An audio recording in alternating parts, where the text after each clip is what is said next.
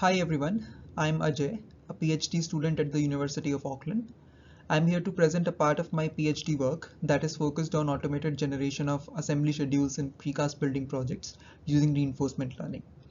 I'm being supervised by Dr. Yang Zhou, and this work was kindly supported by Dr. Jin, Dr. Abdelmegid, and Professor Gonzalez.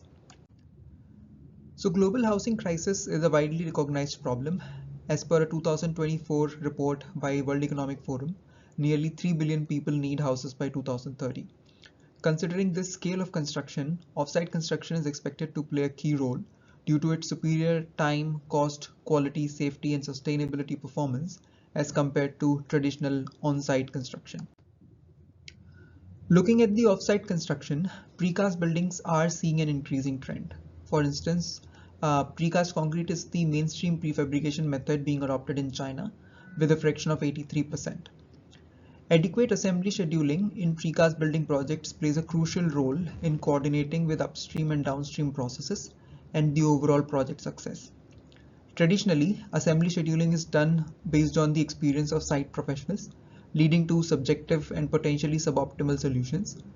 Further, manual process is tedious and error prone. Therefore, efforts are needed towards generation of optimum assembly schedules automatically. The initial studies in this direction utilized heuristic methods, evolutionary algorithms, and simulation and optimization based approaches. Their objectives were to minimize the assembly time and cost, avoid violation of constraints, and ensure the constructability. However, recent reinforcement learning based construction scheduling studies have suggested that there are certain limitations in these studies. First, the heuristic methods lack the generalizability to different problems. Second, these approaches cannot adequately handle the dynamic situations, for example, a change in the resource configuration. Finally, they become computationally expensive for complex projects. To this end, reinforcement learning has been utilized for construction scheduling recently. However, existing RL-based studies majorly perform scheduling at the activity level rather than the component level. They used value-based algorithms such as deep Q learning, which suffer from high bias and low stability in training. And finally, these studies did not consider uncertainties while developing the schedules, for instance, weather conditions and variable activity durations. Addressing these gaps, this study proposes a proximal policy optimization reinforcement learning algorithm based assembly sequence planning and scheduling method, which minimizes the schedule time, cost, and constraint violations while considering the uncertainties. So the RL is a subdomain of AI in which at each time step the agent selects an action from the action space. The environment returns a reward signal to the agent and progresses to the next state. Over the iterations, the agent tries to find out the best policy to maximize the discounted sum of reward from each state. Based on these fundamentals, we defined the different components of our RL problem. The state information includes the construction schedule created till that time step in form of a graph. Further, it includes a component availability array, a resource availability array, and a structural support relationship array. To incorporate the uncertainties, we combined Monte-Carlo sampling with reinforcement learning. At the starting of each episode, we gave the environment randomly sampled values of weather conditions and activity durations. This way, the agent learns not only on the certain fixed values, but on the overall distribution of uncertain variables. The action space is defined as a binary array representing all the possible combinations of actions that can be started, limited based on the maximum resource availability. At each time step, the agent completes the earliest finishing component, releases its resources, and the environment is updated. Next, it starts the selected action. This process is continued until all the components are scheduled. The environment contains all the necessary information, for example, the resource limits, the constraints, the reward computation logic, the state update logic, and the initialized uncertain variables, etc. So for time, the agent gets a positive reward for starting and finishing a new element, a large positive reward for finishing all the components, and a negative reward at each time step. For cost, negative reward is given for the additional cost at each time step, which is a combination of direct and indirect costs. Similarly, negative reward is given for additional soft constraint violations at each time step. 3 soft constraint violations were considered. The heavier and larger component should be assembled first, and the interference between the pre-installed and newly installed components should be minimized.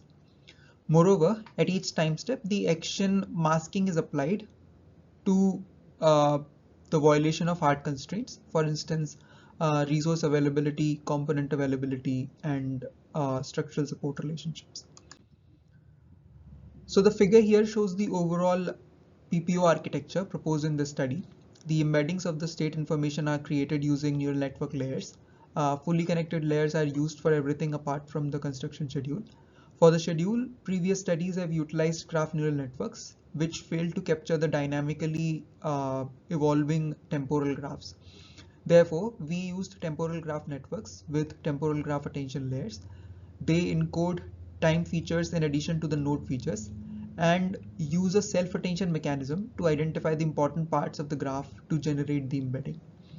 The combined embedding of the state information is passed through the shared actor critique layers. Then 2 separate actor and critique layers are used. The actor predicts the probability distribution over the action space based on which the agent selects the action and the environment returns the reward. The critique predicts the value function for each state. These values of the rewards and value functions are stored for a fixed number of episodes. And after that, a generalized advantage estimation is performed, which is used to update the neural network parameters. To validate the proposed method, a hypothetical project consisting of 34 precast walls is used based on existing studies. The project consists of walls of varying weights and thicknesses as shown in the figure and tables. The installation duration was assumed to follow a triangular distribution based on the previous studies. For lifting each wall, we considered the requirement of 1 crane and 6 workers for the larger walls and 4 workers for the smaller walls. A 1-week weather forecast of New Zealand was utilized, and the impact of weather conditions on the lifting activities was considered according to the local New Zealand regulations. So the table here shows the reward coefficients for different reward components, which were decided to keep the rewards of different objectives within the same scale. We compared our method with DQN plus GNN based method as used in the existing studies. The graphs show a comparison of the results in terms of the objective values and rewards as the training progresses.